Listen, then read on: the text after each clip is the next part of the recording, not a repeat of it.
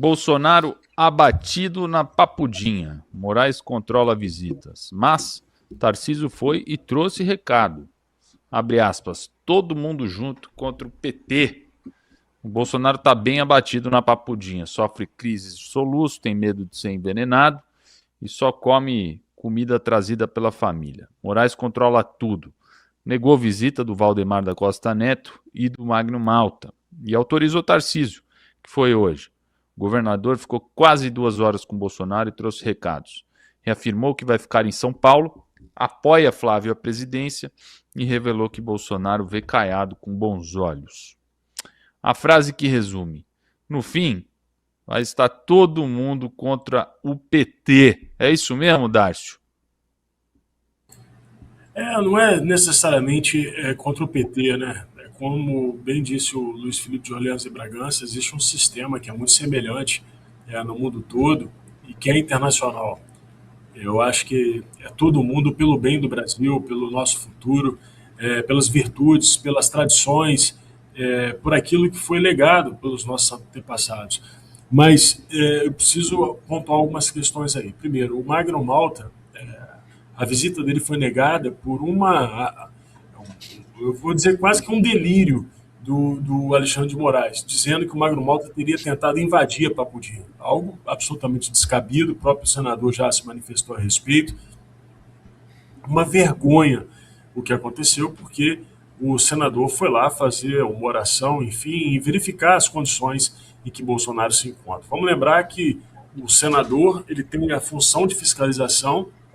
Quem está executando quem estava executando essa punição era a Polícia Federal até então, e não só isso, ele é membro da Comissão de Direitos Humanos, então ele teria total prerrogativa de querer verificar. É um tanto assustador o momento que a gente está vivendo, desculpa o termo, mas é o poste mijando no cachorro de fato, onde o ministro do Supremo simplesmente impõe uma narrativa para poder impedir o senador de cumprir o seu papel constitucional. O segundo ponto é a situação da saúde do Bolsonaro. O Carlos Bolsonaro fez uma postagem hoje falando que Bolsonaro realmente está muito, muito, muito sensível. Ele tem uma situação complicada porque a sua parede abdominal já não tem mais resistência, afinal de contas foram várias cirurgias, sofreu uma facada. E essa questão das alimentações, eu tive a oportunidade de conversar com a Michele, a nossa eterna primeira-dama, Michele Bolsonaro, e ela que está cuidando dessa alimentação. Ela faz as alimentações todos os dias e ela fica praticamente por conta de fazer a alimentação, de ir até a Papudinha, levar a comida para o Bolsonaro.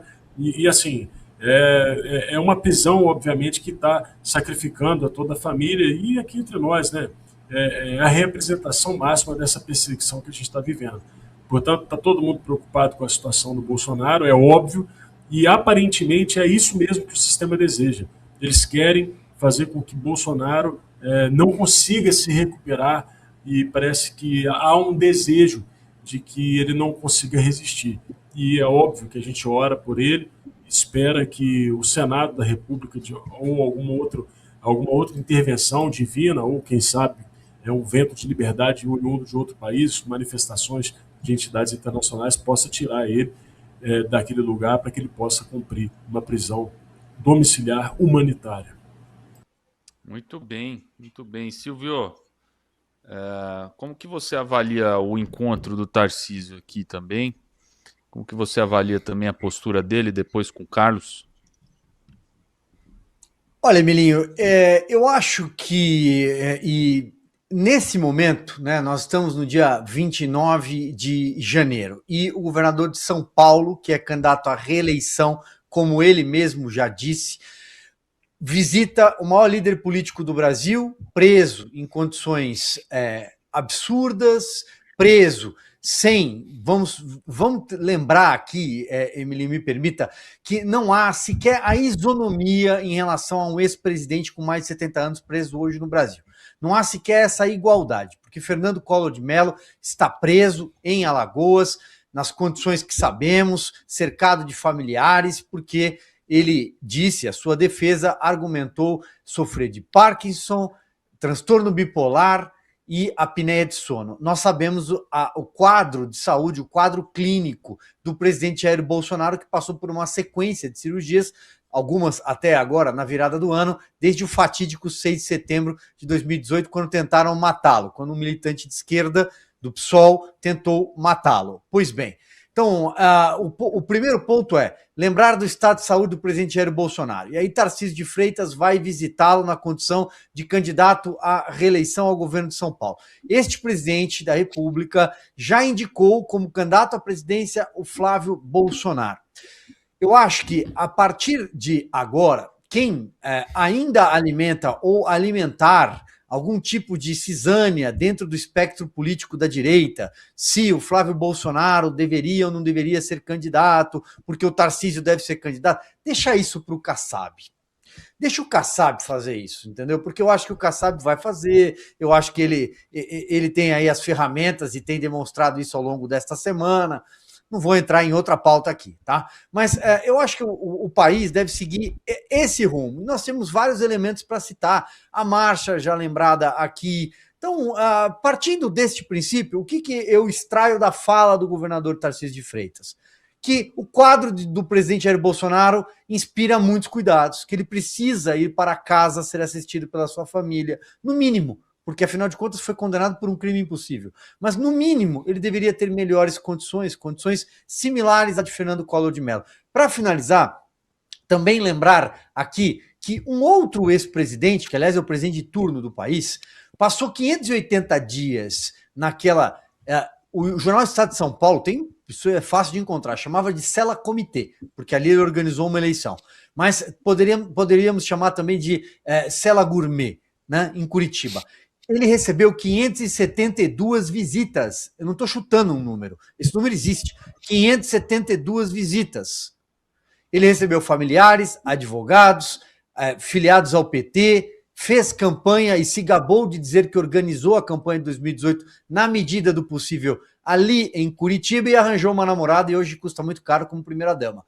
Mas fato é que tinha um tratamento completamente diferente. Ele ficou tão próximo dos carcereiros, olha o Paulão aí. O Paulão está trabalhando em Brasília. O Paulão foi levado a Brasília quando ele voltou à presidência da República. Foi ele que disse isso no Paraná, num discurso do ano passado. Então, é só para mostrar que o presidente Jair Bolsonaro, hoje, está sendo submetido a uma circunstância inédita em relação a um ex-presidente encarcerado, preso. Tá lá, tá o papudinho. Então, é isso que eu extraio da fala do Tarcísio neste momento, que o presidente precisa sair de lá imediatamente. E transfiro aqui a pergunta, se você me permite, Emelinho. Temos aqui o Major Toulouse, temos aqui o deputado Luiz Felipe Orleans de Bragança. O que o Congresso talvez não possa pressionar de uma forma mais, não sei, mais veemente, talvez? Será que não é possível fazer algo nesse sentido? Sei das limitações, evidentemente, do nosso legislativo diante do STF, mas... talvez a classe política de volta do recesso, né? Pois é, a população na rua dá mais força para os representantes da oposição, mas a oposição, isso dito, a oposição já tentou de absolutamente tudo, até mesmo o que estava fora do regimento.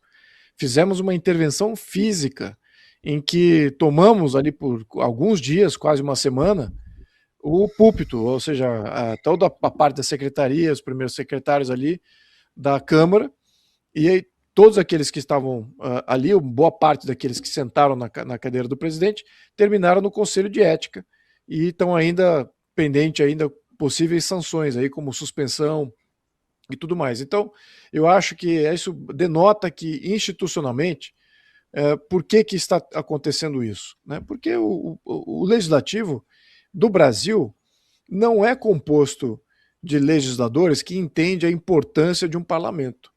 Eles usam o poder do parlamento, que existe, que é constitucional e que tem suas prerrogativas, tem muito poder, se for coeso, de fato resolver respeitar a Constituição ou o intento da Constituição.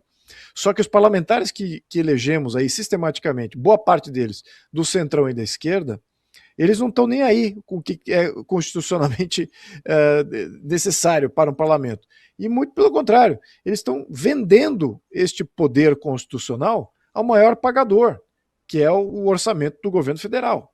E vem pagar para ter governabilidade e acaba cooptando presidente de Câmara, presidente de Senado e vários partidos ali que vem a reboque. Aí botam em conselho de ética aqueles que querem fazer o que é de fato da vontade popular de uma grande parcela da população. Então é exatamente esse ponto que a gente precisa destacar aqui em programas como esse, informação de opinião pública. Se eleger para parlamento, entenda o seguinte: o poder representativo é, de fato, a democracia representativa, ou seja, os parlamentares, o legislativo, é a porta de entrada da população no sistema político. Se você tem lá um presidente de Câmara ou um presidente de Senado que vende esse poder, que entrega esse poder, que resolve não exercer as suas funções e resolve falar assim, olha, aqui quem manda é o executivo ou o judiciário, ele literalmente está violando todo um preceito de democracia representativa. Nós não temos democracia representativa porque temos presidente de Câmara e presidente de Senado que vendem o legislativo sistematicamente. Não é só esses dois que estão aí agora. Os do passado faziam exatamente isso. E é por isso que nós não temos um parlamento, de fato. O debate hoje está completamente esvaziado. A discussão, veja, nós somos chamados numa terça-feira para ir para Brasília, 500 pessoas viajam do Brasil inteiro, chegam em Brasília, o que acontece? Ninguém sabe qual é a pauta. É voto simbólico, porque as lideranças definiram aqui alguns temas, são temas que eles querem aprovar. Então, chamaram para quê? Simplesmente fazer uma chancela, um semblante que temos aí um processo democrático. Esse é o parlamento de hoje, esse é o Senado, esse é a Câmara, e é porque temos líderes que não entendem a importância de ter um parlamento. Se tivéssemos líderes assim, o parlamento estaria a cada ciclo eleitoral galgando mais força. E o que nós temos é exatamente o oposto. Cada ciclo eleitoral, o parlamento fica cada vez mais irrelevante. E as forças não democráticas ganham força. Então estamos a caminho dessa ditadura. Vamos aí pedir um apelo a todos aqueles que elegem, eleitores, tenham consciência. Vamos eleger uma maioria de oposição aí para fazer umas grandes reformas. É possível. E resgatar a priori o parlamento. É aí que começa a grande mudança.